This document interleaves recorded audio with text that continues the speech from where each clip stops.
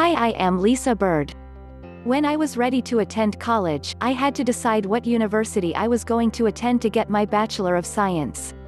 I had several recommendations from friends and relatives. The first college recommended was not the top of my list.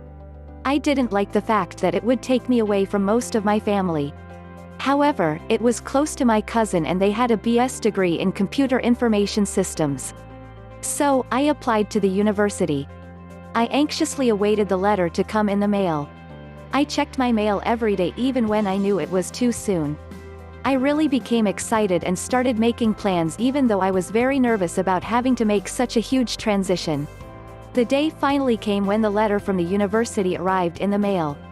I ran back to my apartment after getting it out the mailbox. I sat down in my rocking chair as I rushed to open the letter. I cannot remember the whole letter. What I have remembered it saying all these years was, "You cannot contribute to our college." I was stunned. I absolutely could not believe it. I knew I had so much to offer any university and I was not just a teenager. I did not apply right out of high school. I worked first until I realized I needed a degree to get further in life and not have to struggle. I learned the importance of getting an education after high school by working in restaurants, fast food, factories, retail, etc. I sat there hurt with the sting of rejection. I will admit that I cried for quite some time. Then anger set in. I thought to myself, how dare they? I played sports in high school. I was intelligent. I just didn't go to college right away because I thought our family couldn't afford it and didn't know how to get the money. I quickly decided to take the negative and use it for motivation. I immediately had the drive that I never had since considering college. I was bound and determined to show them they lost the best contributors they could have had a student at their college. So, I decided to start off at Lord Fairfax Community College. They accepted me wholeheartedly. I was in the Computer Information Systems program for Associate of Applied Science. While I was there, I had excellent grades. I did not struggle even though I had advanced classes. In high school, I never took algebra. To make up for it, I took advanced math classes during the summer that I did not receive credit for even though I had to pay for them. They prepared me for pre-calculus. I zoomed through them at record pace. Whenever I'd get frustrated with having to do it, I thought of that college that rejected me. My motivation was replenished. While going to college, I was working a full-time job at a factory. The factory was paying for my classes. The Maryland Department of Rehabilitation was paying for everything I got in the bookstore. I qualified for this benefit because I had epilepsy. I finally got to a point where I had to quit my job. My programming classes conflicted with my job. I had to decide education or work.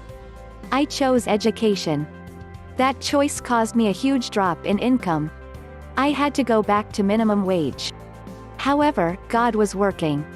My mother was diagnosed with breast cancer and I needed to help her.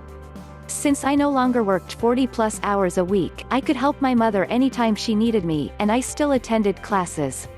I was a member of Phi Theta Kappa and I graduated from Lord Fairfax with cum laude. My mother died 2 years before my graduation. At that point, I was told that I could go to the University of Virginia with what I achieved. My spirit was overjoyed. The college that rejected me was nowhere as prestigious as UVA. But I decided not to go. I no longer had a car, so it would be difficult for me to get around.